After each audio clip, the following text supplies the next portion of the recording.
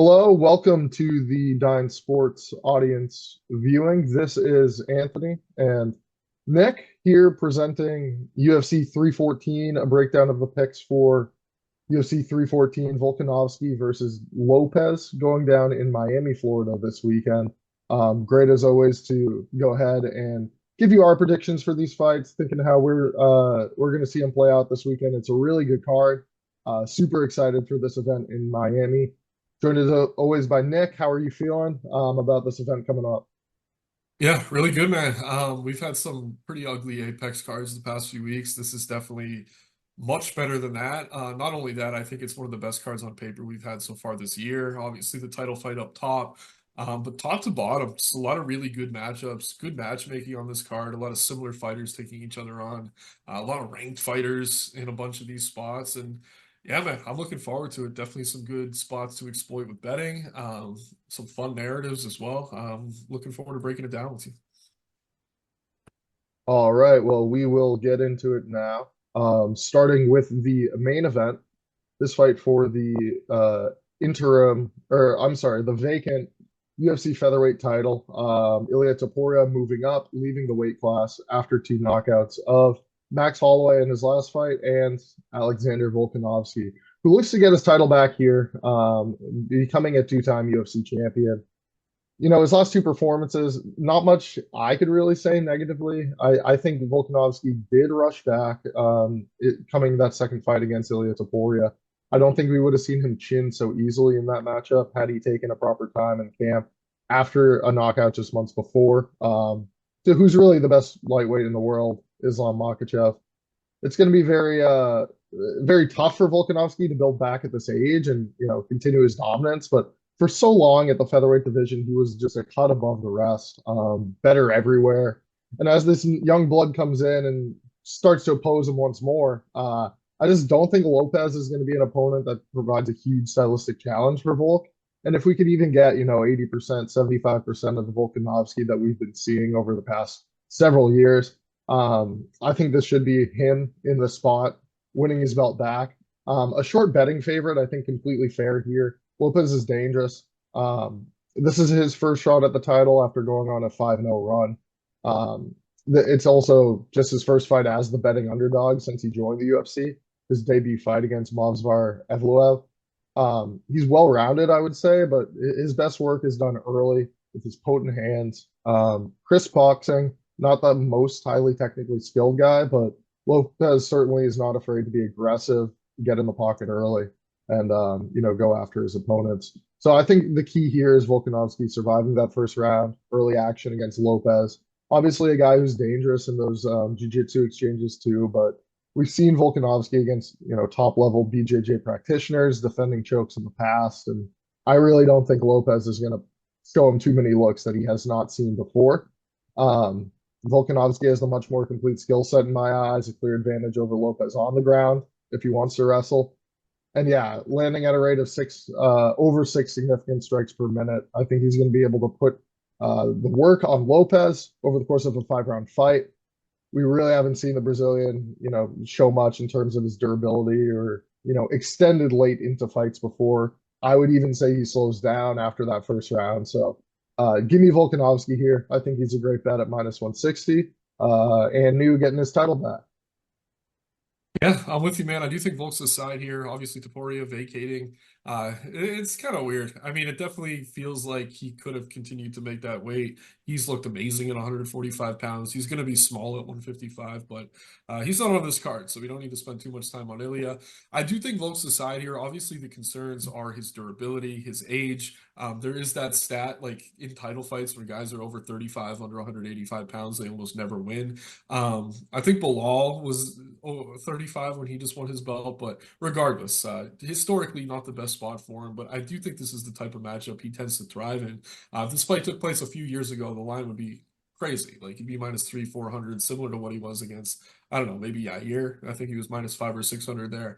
But yeah, I mean, Lopes is going to be dangerous early. He has shown to have knockout power. At the same time, it's like he kind of blitzes. He doesn't necessarily set up his shots with feints that well.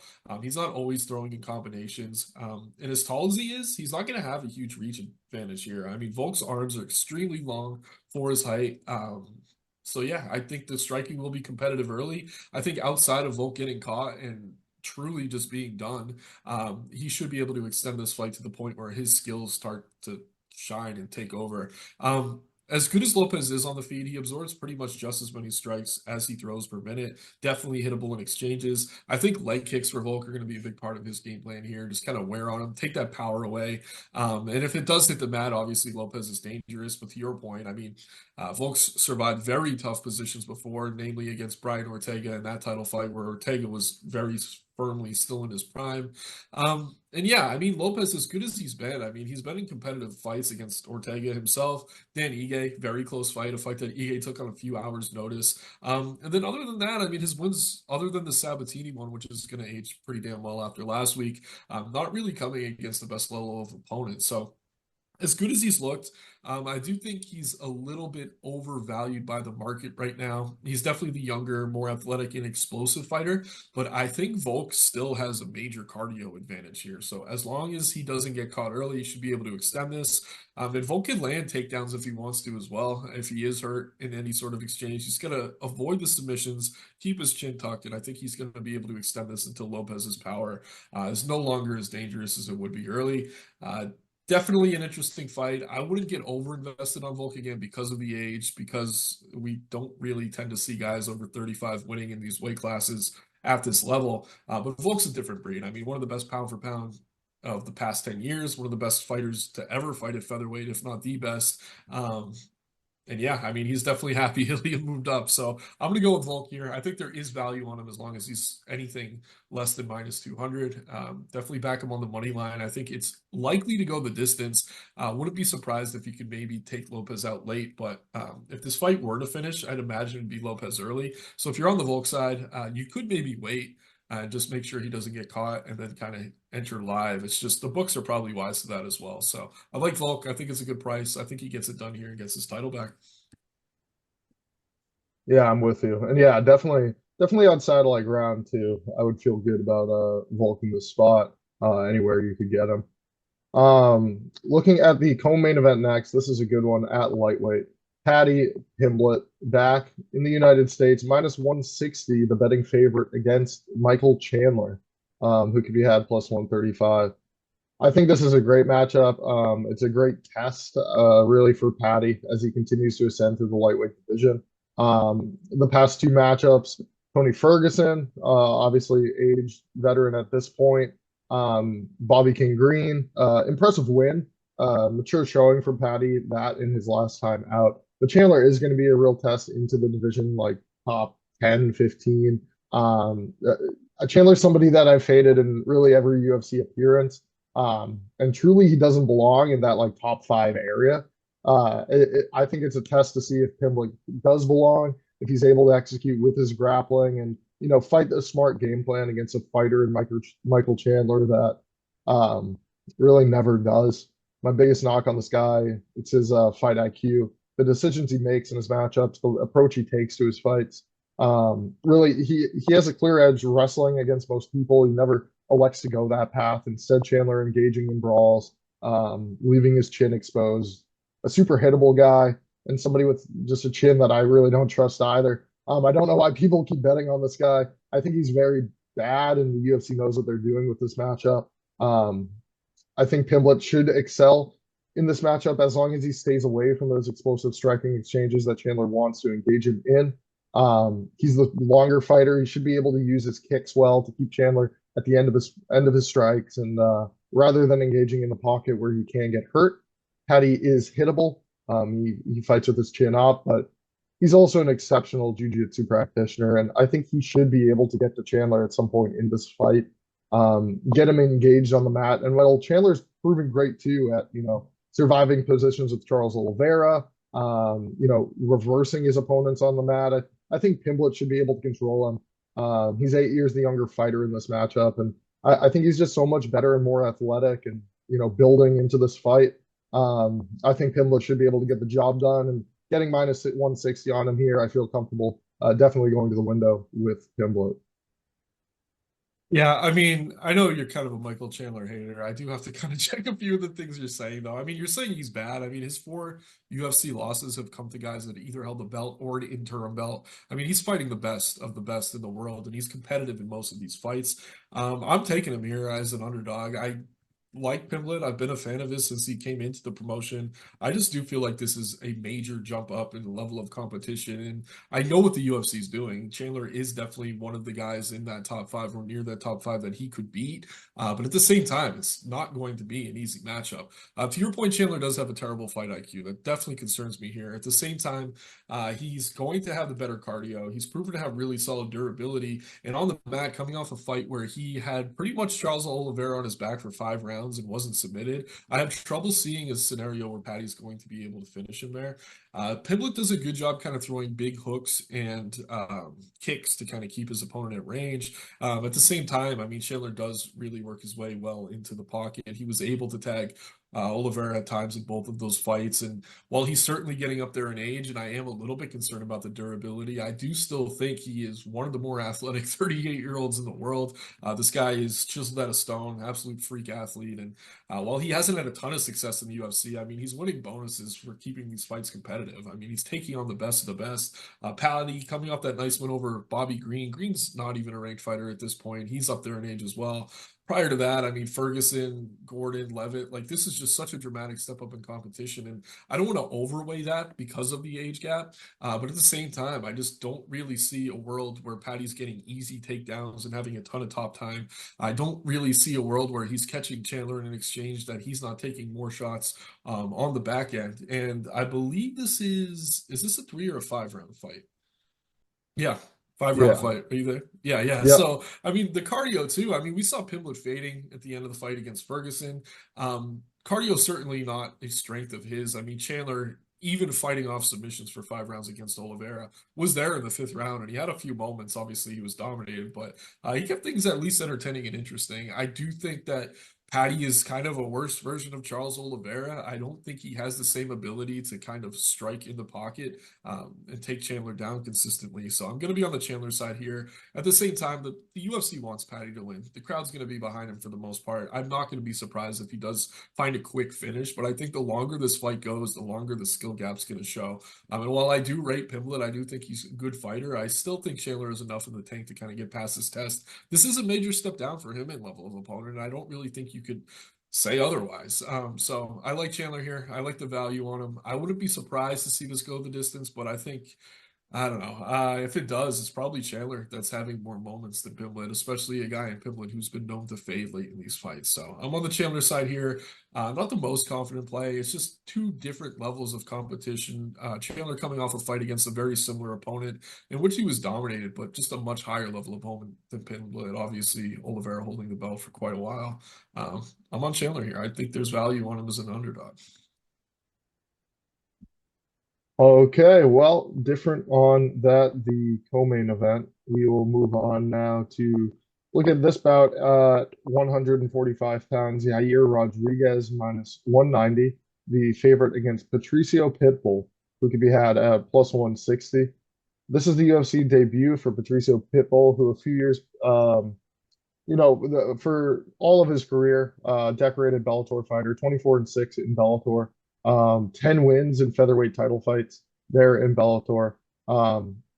Joining the UFC a bit past his prime, kind of the same case as Michael Chandler a few years ago. He was really at his peak, I would say, 2020, 2021, in those battles with AJ McKee. Good boxing overall, a very skilled athlete. I think the issue against coming in and fighting Yair Rodriguez here in his UFC debut, if he is going to look to rely on his striking and that alone, it's going to be a difficult fight for Pitbull. Rodriguez, bit longer, more skilled athlete, I would say, just given his size, his kicks, his diverse arsenal of attacks. Rodriguez has primarily struggled in fights where he's being taken down and grounded by his opponents, and That's not really the game plan Pitbull often execute. I mean, he shoots, but I find he's unlikely to shoot for many takedowns here in this fight. I also just trust Rodriguez, the Valley Flow striking team, to have a good game plan to approach somebody I kind of categorize as a boxer in terms of his approach to his striking. And yeah, when you just compare that to a guy like Rodriguez, who's going to be throwing all these crazy attacks, spinning attacks, kicks, constant low kicks and high kicks against Pitbull. I think he's going to be able to use that leg reach to an advantage here too. And yeah, just a tough draw, I think, for Pitbull in his debut. Would have rather seen him against a guy a bit lower level. I think Rodriguez is still there, a contender here at featherweight. He's fired up this week, going at guys at the press conference. I think he's in good shape to win this fight. And while I do think Pitbull could have some success here in the UFC, just joining a bit past his prime. Professional record now, 36-7. That's a lot of pro fights to just now be making the jump to the UFC. He shouldn't have any of those jitters first time under the banner, but yeah, I think it's a tough matchup for him. I'm going to ride with Yair. Yeah, this one I'm having trouble with. I'm honestly not fully decided. Whenever we're undecided, we always use it as an opportunity to plug the article that comes out on Saturdays here at Dines. But yeah, I think Yair's good. I do think he's a dynamic striker on the feet, but I also think his style is the type of style that we've seen people have success against in the past. Against Adam Borix, I mean, he was getting a lot of takedowns because Borix was kind of throwing these crazy spinning kicks, really aggressive at range and using those openings to kind of control that fight on the mat. Only 3 rounds here. I could see something similar happening potentially. Also, Pitbull does have true KO power if he is able to catch Yair on the chin. I mean, you've made a lot of good points for Yair, though, and I do tend to agree with most of them. Significant reach advantage here. It's never been an issue for Pitbull in the past. But at the same time, Yair does use it pretty well with his kicks, etc. On the mat, Yair can be dangerous enough to kind of create sweeps and work his way back to his feet if he is taken down. But yeah, I mean, I would probably give the cardio edge here slightly to Pitbull at this point in their career. So if Pitbull is able to extend it, I could see a world where he's looking really good in the 3rd round. We've seen Yair kind of fade in that Volk fight, fade against Ortega as well after a really hot start. Kind of become his calling card to an extent. But yeah, Pitbull needs to grapple. I'm with you. I think to have a chance here, if this fight only takes place at striking range, unless he catches him with a counter or something, it's going to be really, really tough to find the win, especially if it goes 15 minutes. So I'm undecided. I guess I'm leaning the Yair side. I do see value on Pitbull. It's just, yeah, he's past his prime. If this was a few years ago when I was getting this price, I'd be all over the underdog, but he just hasn't looked that great. I mean, against Jeremy Kennedy his last time out, not the best performance, even though he found the KO. And then Suzuki knocked out in Ryzen, obviously, tough opponent, but just not something you want to see at this point in his career. Some would argue Sergio Pettis has lost prior. Fight that he won, but it was very competitive, and Pettis has a lot of similarities when it comes to style to Yair Rodriguez. So undecided. I want to spend a little bit more time on this, kind of dig into what Pitbull's camps looked like. I've liked what I've heard from him up to this point. I think the UFC does like these guys coming in and finding wins. We've seen it recently with Venom Page. I mean, Chandler won his first fight with the promotion. Even Austin Vanderford, favorable matchup for him. So they do kind of want to build these guys because they're paying them a lot of money. At the same time, Pitbull's a little bit different. Putting on the tinfoil hat for a minute here, he's kind of known as the best Bellator fighter ever. Bellator pretty much a defunct promotion at this point, but wouldn't hurt Dana to have maybe his 5th best featherweight beating the best guy ever out of Bellator. At the same time, they're paying him, so I don't know, a little bit too much of a reach. Maybe there's some narrative there, but recent history has shown that these guys coming in from Bellator have had a lot of success, at least in their debut. I'm going to lean Yair here, but again, definitely check out the article Saturday. If I could find reasons to flip my pick, I'd love to, especially if this line gets a bit more inflated. I think it could be a competitive fight if Pitbull grapples. That's a big if, though. Yeah, definitely with you on that. Let's look now at another fight at featherweight. This one, John Silva, -340, the betting favorite against Bryce Mitchell, who could be had +250. The people's main event. Nick, what are your thoughts on this matchup? Yeah, I mean, when this fight was first made, I was like, oh God, Gene Silva's going to kill Bryce. I mean, Bryce has been in the news recently, making some dumb comments about the Holocaust and God knows what else. I mean, just not the sharpest tool in the shed, for lack of a better phrase. And yeah, it seems like Silva is one of the more exciting prospects we have right now at featherweight, fighting out of that Fighting Nerds camp. All these guys have been finding tremendous success. Silva, marauder, really kill or be killed style. Definitely willing to eat shots to throw them. In a fight like this, though, he needs to worry about the takedowns, right? And I'm having trouble now because I don't know. There's this clip going around all week. Everyone's showing it. Charles Jourdain taking Silva down. Obviously, Jourdain is nowhere near the wrestler that Mitchell is. I also have a bad taste in my mouth. Credit to you for picking Pat Sabatini over Joe Anderson Burrito last week, but it's kind of a similar matchup in that Mitchell, if he can find the takedown, should be able to control Silva for extended periods of time on the ground. But whenever the fight's on the feet, Mitchell most recently chinned by Josh Emmett. Prior to that win over Kron Gracie, has shown he can be knocked out. He's not a great striker. He doesn't have the best process. His footwork's kind of clunky. Doesn't really set himself up for the takedowns at times. So Silva's smart. He should be able to probably catch him coming in. Or if he is taken down, I do think he has enough ability on the mat to work his way back to the feet. It's just, will he be doing that early in rounds or late in rounds? How much time on the feet are these guys going to be exchanging here? I do think Silva probably finds his chin before this thing is over.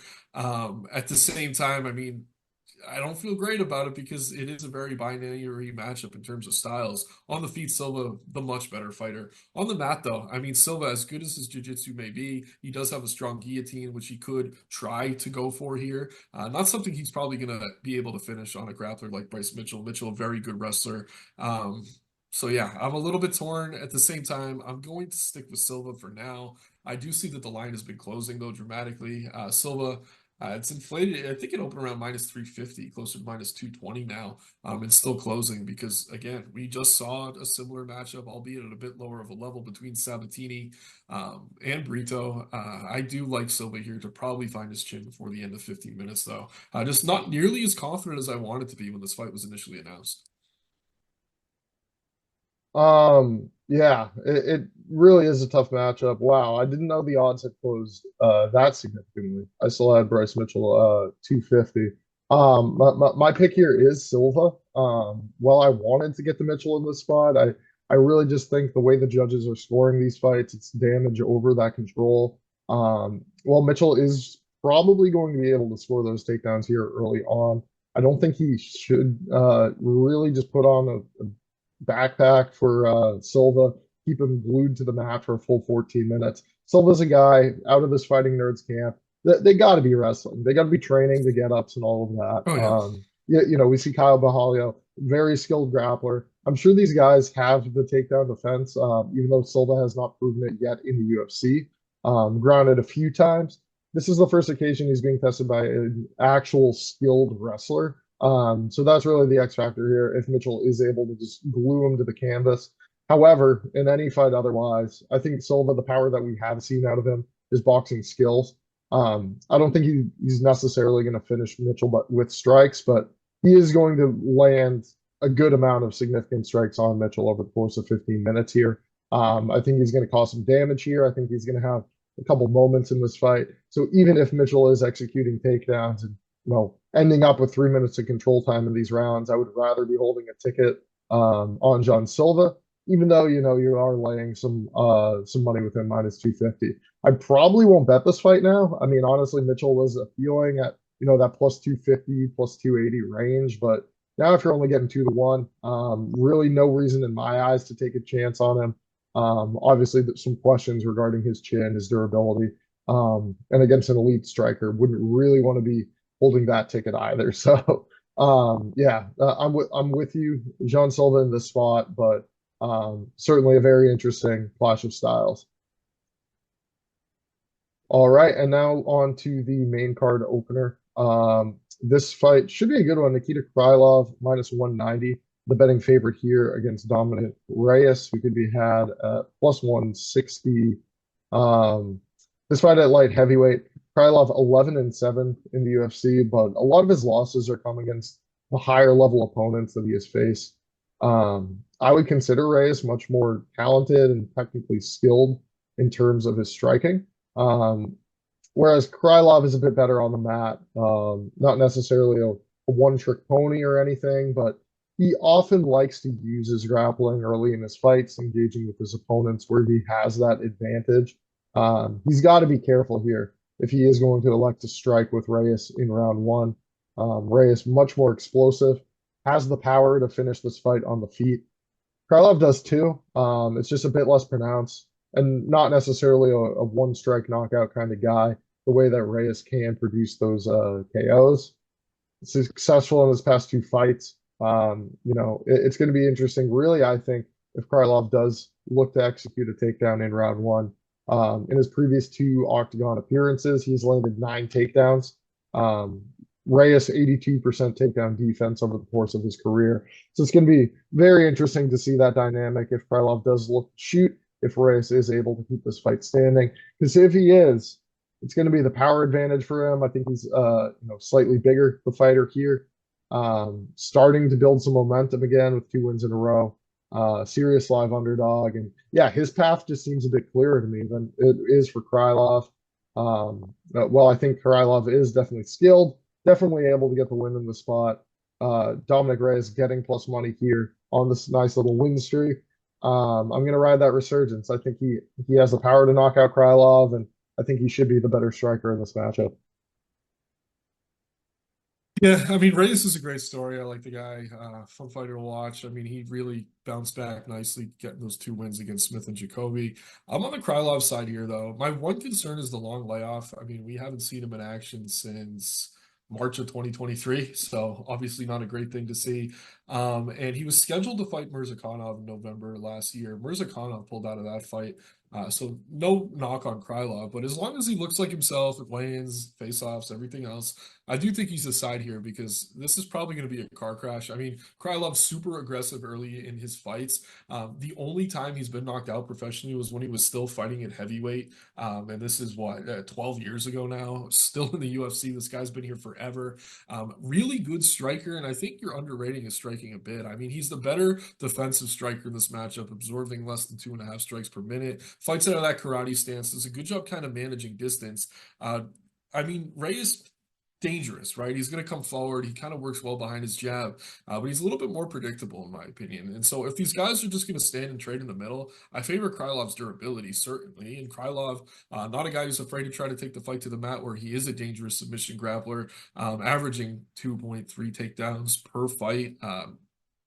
Chasing more than 1.5 submissions. And the UFC does a terrible job kind of tracking submission attempts. So that is a high number relative to the rest of the division. Again, my one concern here is the long layoff, but I think in a fight that's not very likely to go the distance, unless these guys just take pictures of each other, stand there, low volume, kind of what we saw Krylov versus Ozdemir. I think it's going to be Krylov whose durability kind of shines through. Reyes, I mean, he's been on a nice run, but beating the ghost of Anthony Smith and then losing a fight to Jacoby and then catching him doesn't necessarily excite me. Krylov, I mean, he took the first round off of the champ, Ankalaev. He lost to Paul Craig after dominating him, fell into that triangle. Not something he really needs to worry about here. And then stringing together 3 pretty good wins. But I just think more than anything, durability is going to be the difference here. Both these guys are willing to stand, and trade in the pocket. I think Krylov comes out of that exchange the victor. So volatile fight, 2 dangerous hitters, 2 very good fighters. Surprisingly, Reyes the older of the 2, though, in spite of Krylov's extensive resume.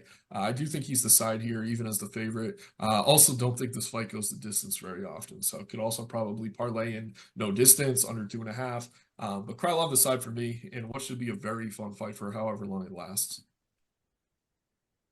Yeah, I'm with you on the no distance. No doubt Reyes has a suspect chin. Not the best chin. I just think, yeah, that power is going to be the difference. He hits a lot harder. I see. I'm not sure Krylov is the one to crack that chin too, but should be a good one there. Opening the pay-per-view main card. We'll now move on to the prelims. The closing prelim is a matchup at featherweight as well. Sean Woodson minus 180, the betting favorite, against Dan Ige, the plus 150 underdog. It's an interesting spot. I think it's a pretty, easy one to handicap. If Ige is going to win here, he's going to connect. He's going to knock out Sean Woodson. Ige, a massive power threat for his entire career. He's going to be wanting to compete here, standing and chasing the KO against Woodson, who we have seen hit before. We have seen drop before. He's certainly somebody who leaves his chin a bit exposed as he looks to work his own offensive boxing. If Ige can hang in the pocket, eat a few shots, and return one big one, he certainly is going to be set up here as a very live underdog. I just think more often than not, as this fight plays out, it's going to be Woodson getting his hand raised. Minus 180, the betting favorite. I think that is fair. There's only one career loss. He kind of fell apart late against Julian Erosa as a minus 500 betting favorite. That fight was a catch weight. Um, in more often than not, even in the fights we have seen him knock down, Woodson's able to survive. Woodson's able to keep his range. Massive advantage for him in this weight class, especially against a guy with a build like Dan Ige. Woodson has a 7-inch reach advantage, and his 7-inch is taller than Dan Ige here. You should be able to masterclass, the striking exchanges on the feet, putting together nice boxing combinations, using his kicks a bit more often. Yeah, binary matchup in my eyes. He either gets chinned probably early, or he's able to, extend this fight, really put his hands on Dan Ige, triple up or quadruple up his volume over the course of a 15-minute fight. So I'm taking Sean Woodson here. Yeah, I'm on the other side of this one. I'm on the Ige side. I think the market's kind of just a little bit off, just looking at recent results, because the level of opponent is dramatically different. Ige went to a decision against Leroy Murphy. I actually dropped him early in that fight. Stayed pretty competitive. Was competitive against Lopes, the card headliner, taking that fight on just a few hours' notice. His only losses, other than his debut against Julio Arce, have come against guys who are in the top 10 at the time of those fights taking place. Pretty much everyone else, he's either able to KO or pretty much dominate. And yes, the reach here is the story, right? It's going to be tough to cover that 7 inches for sure. But you have to think Ige fighting out of a huge camp like Extreme Couture's definitely had the right bodies in there with them, even if they're fighting in higher weight classes, just to really set him up for a fight here. Really cerebral coach in his corner in Eric Nissick. I think they're going to have a game plan that he's able to exploit. Ige a dog too. I mean, even if he struggles early, he's going to be in the fight for the full 15 minutes, which is something I do like to back when you're talking about an underdog. And yeah, I do think he could wrestle here as well if he wants to. I mean, Ige kind of known for his anti-wrestling, kind of known to keep fights standing when he needs to. But in a matchup like this, it's definitely something I think he tries to exploit. It's not going to be easy, but at the same time, I do think it's there. If he secures a takedown or two, that could mean 2 rounds. Woodson's height is what makes him so difficult to take down. It's really going to either have to be up against the cage or just time perfectly for him to take him to the mat. But I do think he's still going to be competitive in striking exchanges. Woodson, as good as he is, I mean, not a ton of power. I mean, he really gets by on volume.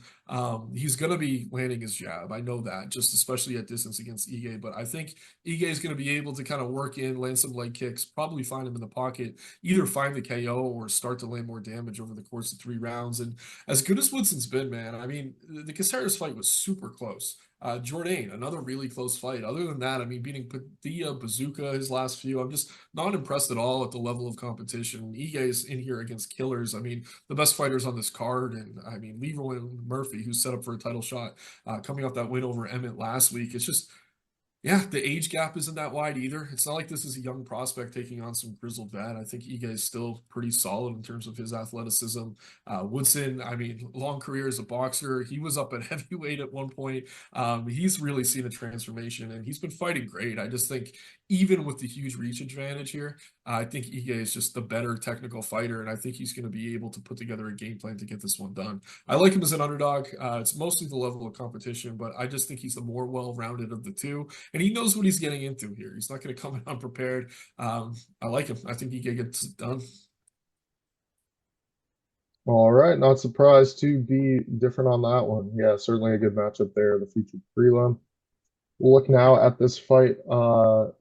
This between the ladies, Virna Jandiroba minus 155, the betting favorite against Yan Xiaonan.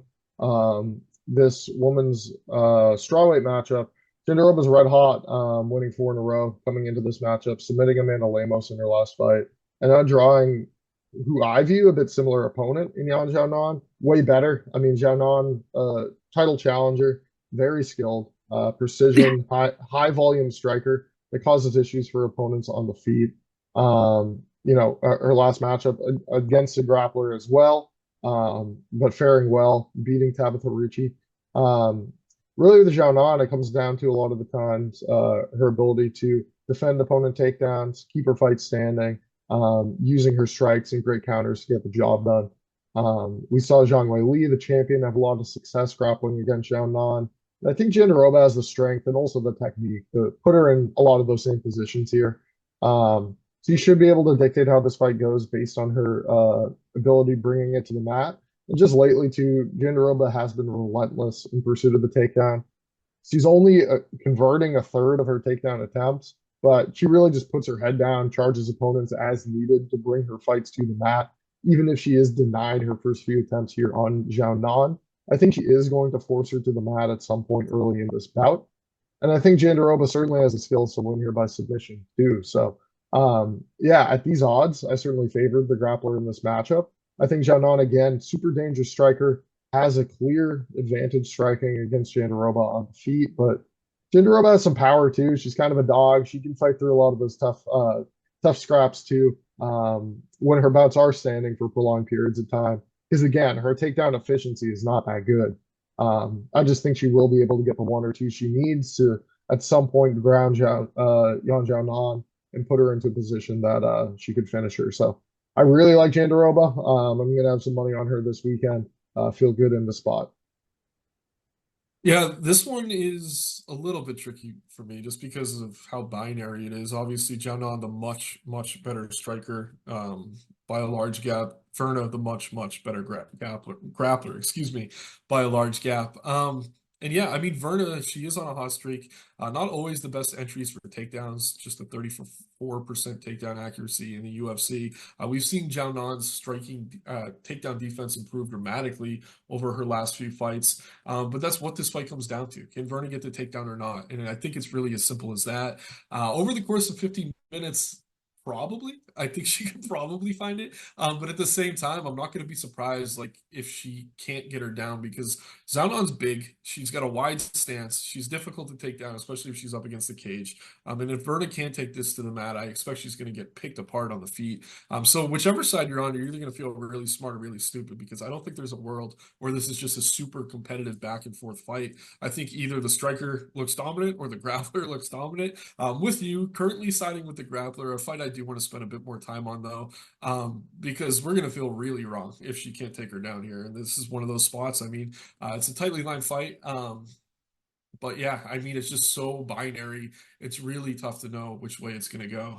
If it stays standing, Xiaonan should look like one of the better value plays of the year. Verna takes her down. Tons of value on her around -150. I'm on the Verna side for now. But again, I'll plug the article. Need to spend a little bit more time with this one. I've gone back and forth all week. All right. We'll now look at this lightweight matchup. Good one here between Chase Hooper and Jim Miller. Chase Hooper -900, the betting favorite against Jim Miller, who we had at +500 or better. Hooper 16 years younger than the veteran Jim Miller, whose last fight was a win, a first round submission win against Damon Jackson. Impressive showing for Miller. This guy's a legend. I mean, to still be putting on wars at this point of his career, the way he's been fighting, he's just great. Love to see Jim Miller fight every single time. Most dangerous very often in round one. I think he's going to be, up against it here, facing a guy in Chase Hooper that's so good on the mat. He's not going to be caught in, patented Jim Miller round one submission. He should be able to mind his P's and Q's when this fight hits the ground. I think Hooper's even super comfortable there. Ideally, I would say he doesn't want to engage Miller there in the early going, but as this fight goes on, as Miller starts to tire, somebody who's always kept a consistent pace, but not a fast one. Hooper, 25 years old, much faster, much more agile, able to get in and out of the pocket quickly. Huge size, for this weight class, 3-inch reach advantage against Jim Miller. Better kicks. I think you can use those kicks to keep range if you would rather kind of point fight, stay safe against Miller here early on. But Miller always gets in the pocket, gets after it. I think he's going to bring it to Chase Hooper, and Hooper's going to have to put it on him. I think he should be able to do so. He's drastically improving with the striking, hurting his opponents. Winner of 4 in a row. There's no reason not to like him in this spot. Certainly the odds give me some pause when it comes to betting on Chase Hooper, but I think he's getting the job done. I think he's going to win inside the distance here against Jim Miller. Yeah, I'm taking Hooper. I think he gets the win, but this line is ridiculous. Like, I don't think you should be parlaying Hooper at this price. It just seems wrong. I mean, Miller's a better striker, period. I know you like to talk about Hooper's kicks and things like that. The reason he has that type of success is because his opponents are afraid of being taken down. Miller not necessarily going to be afraid to be taken down. I think the issue though is if he is probably going to be in trouble. Miller's cardio has been decent. I mean, we saw the Bobby Green fight at UFC 300, took a ton of damage, was still there late and got competitive at the end of that fight, but yeah, whenever he has to grapple, that cardio just saps so much quicker than it does in his other matchups. I mean, we're going back a while, but who was it? What's his name? Yeah, Joe Selecki. I mean, that loss via decision just faded throughout. I mean, Hooper, the better grappler here, the younger fighter, he's gonna have length. He's pretty durable at 155, it seems, but he's gonna need to take this fight to the mat and just start scrambling. And I think Miller's going to be willing to engage in that, but it's going to be dangerous once it gets there. Miller just a 49% takedown in the defense in the UFC is just not very good. Hooper securing more than 1.5 takedowns per 15 minutes. Probably would be a higher number if he wasn't finishing a lot of these fights on the ground. I like him because his ground and pounds improved so dramatically. If he was just chasing submissions, I think Miller could be dangerous, could reverse, could work his way back to the feet. But the fact that his ground and pound has come such a long way probably tells me he's able to really wear on the age, the durability, the gas tank of Miller here. Probably get it done inside the distance. Miller is a good grappler, though. I mean, he used to be known for his jiu-jitsu. He's going to be solid defensively, at least early. Again, I do think Hooper gets it done. Just 16-year age gap is pretty ridiculous. But at the same time, man, I mean, it's just the price is insane. I just can't really wrap my head around it. I almost want to just take a stab at Miller here on principle, but I do think Hooper finds the win, probably inside the distance, probably in the second or third round. Probably by submission. But again, proceed with caution if you're playing the money line in any way at this price. Seems absolutely ridiculous to me. There's not many guys in the world who should be minus 700 against anyone. I mean, at this level, especially, we've seen things can happen, flukes can happen. It's just not a spot where you want to be parlaying a guy that's barely going to even boost the upside of your parlay. So just again, proceed with caution. I think Hooper gets it done. I like the kid. He's been impressive, but Miller's a dog, man. I wouldn't be shocked if maybe he caught him early with a punch on an exchange or just kind of weathered things and kept it competitive. But more likely than not, Hooper inside the distance. Just don't play the money line, in my opinion. He just flatlines Hooper like Jesse Butler first, It could second. happen. I mean, we saw Garcia go run through Hooper, and who else was No, it? The anything other could guy was happen. I think Hooper KO late or something like that. I think it's tough to sub Jim Miller, ground and like pound you only. said. I On the mean, feet, he's yeah, not good. ground and pound would be my thought. But yep.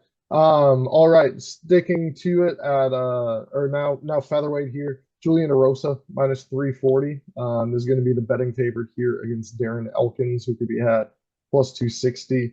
Uh, you know, tough fight again. Erosa, big betting favorite, but not somebody I would ever really trust as a betting favorite of that size. And certainly this stylistic matchup against Darren Elkins. We could see Erosa put in some troublesome situations here. Elkins, always known for his durability. He's always able to fight through positions, weather the early storm against opponents. Normally gets knocked down early on in his fights, but just generally super durable. Whereas Julian Erosa is a bit of the opposite, kind of a glass chin. Not necessarily known for his durability and not a serious power puncher either. Certainly, we've seen his striking,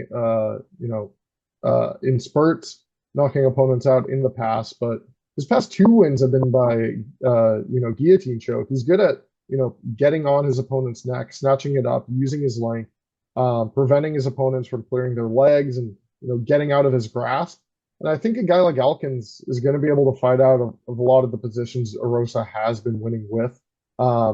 He trains at the great Team Alpha Male all these years, defending submissions, not been submitted since the 2010 fight against Charles Oliveira. I really think that limits Erosa's path to victory in this fight. I think it's going to be tough for him to submit Elkins. I think it's going to be tough for him to knock out Elkins. And just the later this fight goes, Erosa's a guy that we have not seen look great in the latter half of his bouts, whereas Elkins always builds. he fights through those positions.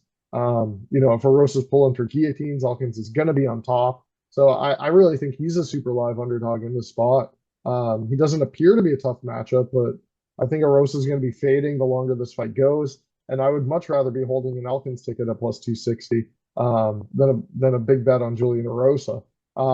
Elkins obviously could get clipped here, could get finished here. I think that's why the odds are where they are. But I mean, skill for skill, he's a bit slower, a bit older than Erosa, but I don't think he's going to be outclassed in any way in this matchup. I think he's going to be in this fight from the very beginning, and I like him as the wide betting underdog. Yeah, I agree with some of what you're saying. I do think the price is a little bit insane just because Erosa is pretty much one of the more inconsistent fighters in the division. At the same time, I do really like the matchup for him. I do think he probably gets it done. Looking at his last 6 losses, 5 of those came by knockout. The only one via decision was against Grant Dawson, one of the best wrestlers in the division, who just kept him on his back. Rosa, going to be the better striker here. Elkin's obviously willing to take a ton of damage. That's his nickname. But yeah, no pun intended. Regardless, though, I do think the grappling exchanges are probably going to favor Erosa, especially early. I'm hoping he's not chasing guillotines.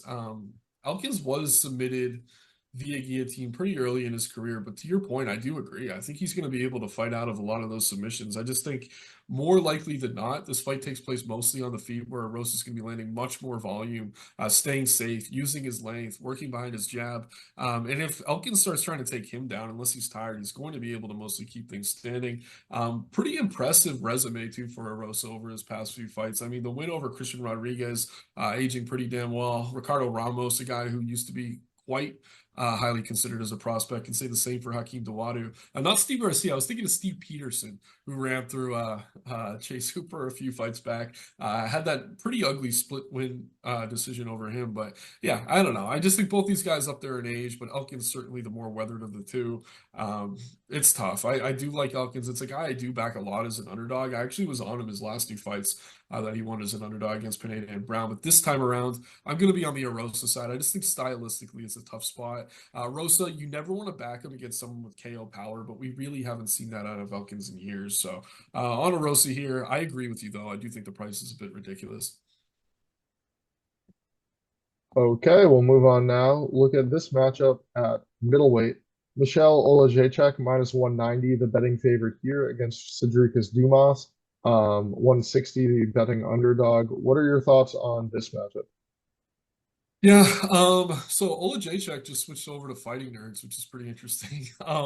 After getting dominated by Barello, he's like, man, I need to come train with you. And sure enough, they brought him in. He's been down there not too long, but I do think that's going to help a guy who tends to have pretty poor game planning, pretty poor fight IQ. So if the Nerds live up to their name, I do think they elevate Oleksiejczuk's game here. On the feet, he is the dramatically better striker in this matchup. I mean, Dumas, very athletic. He's long. He's a really good athlete, and he's a dog. He's willing to get in these firefights. But against an opponent like Oleksiejczuk, I think that's a total mistake. Also, I don't know that he's going to be able to take Oleksiejczuk down consistently for 15 minutes. I think Oleksiejczuk, if he's working on anything with the Fighting Nerds, it probably is that takedown defense. Coming off some tough matchups too. Shara Bullet, Michelle Pereira, Kevin Holland, win over Chidi Njokuani. And then Dumas, I mean, fighting the back half of the division, guys that are pretty much on the way out. Decent win over to Lublin, but a fight that got competitive in the third round.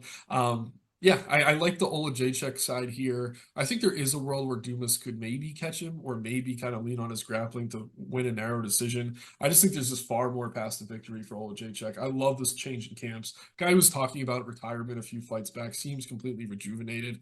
Dumas just, I don't know, just too rough around the edges for my liking. Again, he's athletic. He could keep it fun and interesting for a while, but I do think Oleksiejczuk probably finds his chin before the end of 15 minutes. So I'm on the Michał side here. Not the most confident play. This is a relatively low-level matchup compared to a lot of this card. But yeah, just taking on the better opponents, and I love the camp change. I think he's a side. Yeah, pretty low level matchup for sure. Oleksiejczuk, I do like the spending this camp with the Fighting Nerds because yeah, my big knock on him is why is this a guy you're ever betting as a favorite? He's not somebody who really warrants my trust. The way he approaches his fights, it's generally easy the game plan for. Great boxing fundamentals, attacking opponents to the body and the head, but not really diverse in his attacks. Hopefully that changes. with some of the, looks he's been getting with the fighting nerds. And Borrello in his corner for this fight as well. So perhaps some improved attacks, and he's always had a good chin. It's just, yeah, not anything that's special out of Oleksiejczuk. Obviously, the power, serious. It's just not anything that I find too difficult to game plan for. Tends to slow down a bit after we get out of round one when he's most dangerous. It tends to suck grappling, but that can be said for kind of both these guys. Neither is known for their offensive wrestling. I kind of viewed Oleksiejczuk as the more likely to perhaps shoot in this matchup, but I mean, Dumas has the better overall fundamentals. He's growing with each performance. He's winning close decisions, which I think is kind of a key here. Because I do see this thing probably going over the 1.5, just based on the durability of both fighters. I'd favor Dumas when we get to that point. His ability to win minutes in these fights, holding opponents against the fence, using his size, just landing strikes often, generally something the judges like. And he's fighting, a home game here, out of Pensacola, Florida, against the Polish fighter. I think the crowd's certainly going to be behind him. I think he's a very live underdog. And, again, Oleksiejczuk's just not a guy I'm ever going to be going and laying, 190 with. He's favored in this fight after losing 3 fights in a row. As you mentioned, great competition he's been facing. But yeah, I think Dumas is being set up, pretty well in this spot. I think he could excel in this matchup if he can avoid that early power from Oleksiejczuk in round one. Certainly evens the playing field. All right, next up, we'll look at a men's flyweight fight, this between Sumudaerji and Mitch Raposo. Sumudaerji now minus 170, the betting favorite against Mitch Raposo, plus 145. It's similar to the middleweights. I'm questioning why Sumudaerji is favored after losing his last 3 fights in a row. Obviously, more skilled striker, dangerous. He's shown more, I would say, in the UFC than we've seen so far out of Mitch Raposo. But Raposo is a skilled wrestler, likely to be looking for takedowns here against a very good striker. I think a lot will depend on how this weight cut goes. If he could push a good pace against Sumudaerji, who is the much better striker, but tends to fade later in his fights. We've seen him kind of, put in positions of discomfort and, shelling up, turtling up as those fights go on. His 66% takedown defense thus far in the UFC, but just no grappling threat. So why wouldn't Raposo just spam takedowns here, look to get him off his feet, and kind of even the playing field? Sumudaerji is also 16-7 as a professional. I think he really, it's hard to warn him as the betting favorite in this fight. I get he's the better striker, but really you look at him, you look at his best win.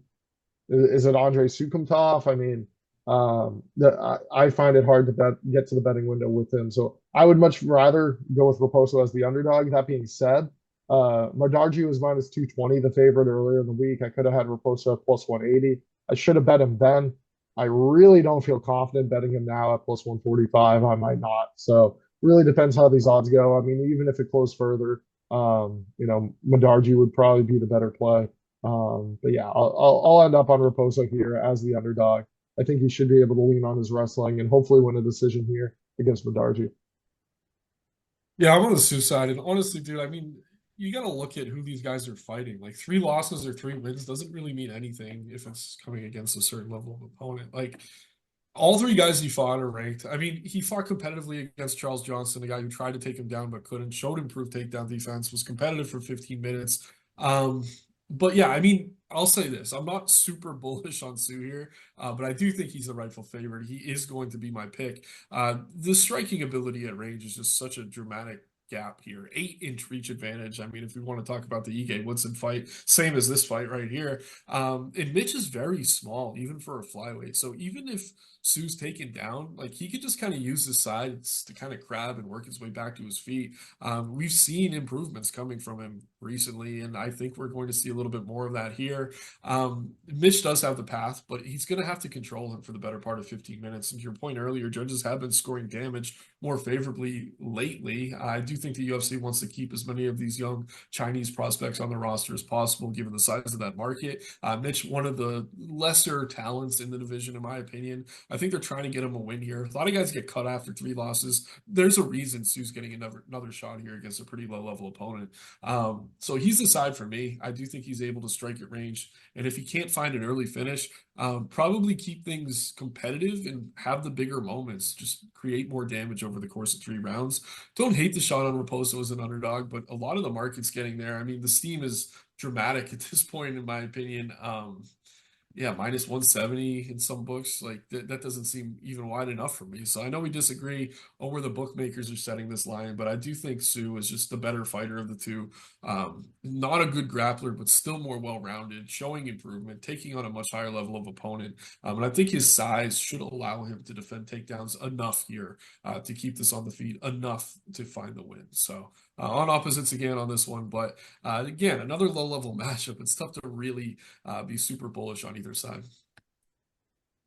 Yeah, and I say the 3 losses in a row. You comment that it's level of competition. But again, you look at the Yes. wins for Medardi. It's Andre What's Raposo's Supentov. best win? It's Malcolm Gordon. I mean, yep, yep. No, fair as well. Again, No one Raposo. who's ever been in the UFC. No one that good at all. Yeah, 2 bums. We'll move on now. Another 2 bums fighting. Marco Tulio minus 400, the betting favorite for this middleweight matchup against Tresean Gore, who could be had at 3-1. Tulio entering this fight on a 9-fight winning streak. Pretty impressive knockouts in his past 3 appearances. This guy is a very dangerous striker. Not many wins against like super high level or diverse martial artists, but Julio can really put his hands on you.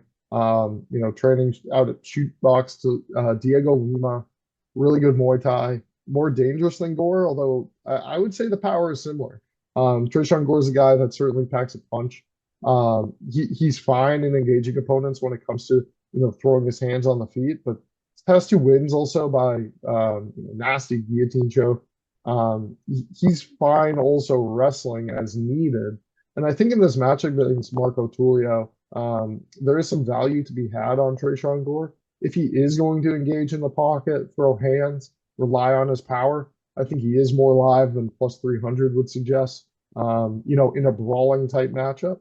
And then if he instead looks to, rely on his wrestling, his grappling, fighting the smarter fight, extending Marco Tulio, I think he could really excel in that style of fight as well. Tulio is known for his striking and not his grappling. We have not really seen him tested greatly, put on his back too often. But if Gore wants to, I think he should be able to execute a few takedowns here. And I could see him doing that perhaps out of sheer necessity if Tulio is connecting with, the cleaner, better technical strikes. This is more an investment in Gore. I'm hoping he continues to improve here, but again, getting into martial arts a bit late, 31 years old, going up against a guy in Tulio that looks to have it all together. It's just, again, not really high quality wins for Tulio on the way up. I think he could be tested more than he has been in this particular matchup, getting hit very hard by Tresean Gore. And yeah, if Gore doesn't go down early to those strikes, I could see him taking over winning this fight. So another big underdog for me on this card. I'm going with Tresean Gore. Yeah, I get taking the value side. I do think I'm going to stick with the favorite in this one, though. So, yeah, Gore, I mean, getting a late start to his career. I mean, he's won a couple fights recently, but I'm kind of baffled by the measurements here. Like, I don't think these guys are the same height. Both listed as 6 feet, both listed with a 74.5-inch reach. Like, that just seems off. Tulio, long fighter, fights long, kind of has that wide open stance. Does a really good job kind of finding that power shot that he needs to find a finish fighters. Taking on Ihor Pretoria his last time out, a guy who spent a lot of time fighting at heavyweight. That was a catch weight bout. Did a good job kind of finding the hook in that exchange. And say what you will about Ihor. I mean, he's pretty durable, generally speaking, and his process on the feet isn't terrible. So I was actually pretty impressed by that KO win. And Gore, yeah, I mean, can he mix in the wrestling? Maybe a little bit, but I don't think enough here to really control a guy like Tulio on the mat for long. I do think before this is over, Tulio probably finds that chin. And again, just to kind of play I don't know, tip foil or put on the UFC hat a bit. It does feel like they're trying to showcase some Brazilians on this card. Obviously, we have Gene Silva taking on Bryce Mitchell. We got Verna here, probably fighting for a title shot unless Valentina ends up fighting Weili. And then obviously in the main event, Diego in a very good spot to potentially take a title. They're going to need some Brazilian stars if Pereira's not holding a belt. I do feel like they're trying to build him in the spot against one of the guys who's coming off wins, but also in the lower half of the division. I think the size here is going to look different than the measurements suggest. I think Julio can mostly keep this at range, keep it on the feet, probably find Gore's chin. And I'm not really concerned about the cardio. We saw him go 15 minutes on Contender Series the first time he was on. He's fought 15 minutes a few times before. He's won decisions. While he has been winning quickly, we've seen him extend it, and he's fine. So not really concerned about the cardio for Julio. I do think he gets it done. All right, and now looking at the first fight on our card, this a women's featherweight matchup, or I'm sorry, women's strawweight matchup. Nora Cornwell facing Haley Cowan. Cornwell minus 190, the betting favorite against Cowan, who could be had at plus 160. This fight scheduled to take place actually a month later, the next pay-per-view, pushed up for this event here. I'm concerned first about seeing these two girls make weight, both having issues in the past, specifically Haley Cowan, issues making weight in her previous appearance. Haven't really looked too much into this fight. But yeah, Cowan's pretty mid everywhere. She can do a bit of this, bit of that, but nothing in terms of her striking gives me any confidence to go to the betting window and take her. Cornwell, we have at least seen some success when it comes to her preferring to strike, keeping her fights at range, using her hands as a weapon to better her opponents. She's probably the rightful favorite in the spot, has a win over Jocelyn Edwards, that her first fight in the UFC. Impressive against a way more talented opponent. Win to finish of Melissa Mullins. I mean, that fight, she really dominated, but Mullins was never really UFC caliber. Cornell, the pick for me in this spot. Wondering if you have any more insight on this matchup. Yeah, a little bit more insight. First of all, I think she lost that Edwards fight. I know she was awarded the decision. I mean, Cornoli, you're pronouncing it Cornwall. Try not to laugh while you do that. But yeah, I mean, she's kind of a Muay Thai striker, likes to move back, throw kicks, move back, throw kicks. Cowan, I think if she's going to win here, she's going to need to get her grappling going. Cornoli just a 15% takedown defense in the UFC. The question is which version of Haley Cowan shows up. I'm not even sure the best version of her is that good, but her husband was arrested for like some pretty disgusting stuff. Like he ran a gym. You could Google it if you want. But yeah, I think he's behind bars now. So she's been dealing with a lot outside of the cage, also dealing with a lot of injuries. But stylistically, I mean, she likes to come forward and she's willing to try to grapple. She could take this fight to the mat. I do think she's live to keep it close or maybe pull off the upset. But I'm just having trouble backing her given the very long layoff, given the injuries, given everything else. This is a very low level matchup. So it's volatile. In that alone, maybe there's some value on the underdog, but I want to see these two weigh in, to your point. Both had issues in the past making weight. Cowan, when she's in good shape and making weight, though, definitely the better athlete, definitely strong enough to drag this fight to the mat against a fighter in Cornoli who prefers to stand at range. And as a Muay Thai striker, I haven't been all that impressed by her. But yeah, I can't say I've been impressed by anything about Cohen here either. So I don't know. I'm with Cornoli for now. Guess I'll spend a little bit more time on this one, but there's so many better spots on this card. Feel free to just maybe don't make a play here. Probably goes the distance too. If there is an angle, but I'm guessing it's like minus 500, so really no value there either. But a fight I could do without. I'll go with the favorite for now, but I don't think you could ever back Cornoli as a favorite and feel great about it. Yeah, as you say, a lot of better spots to look at. UFC 314 is a really good one. This is an excellent card. Maybe not top to bottom, but at least the fight before Top that to one. almost bottom, yeah. Yeah. Should be awesome from Miami, Florida. UFC 314. Appreciate you all watching. Be sure to check out our article on Dine Sports this Saturday morning as well, with our official breakdown and predictions for each and every one of these fights. Nick, thank you as always for joining, and good luck on the fights this weekend. Yeah, you too. Take care, everyone.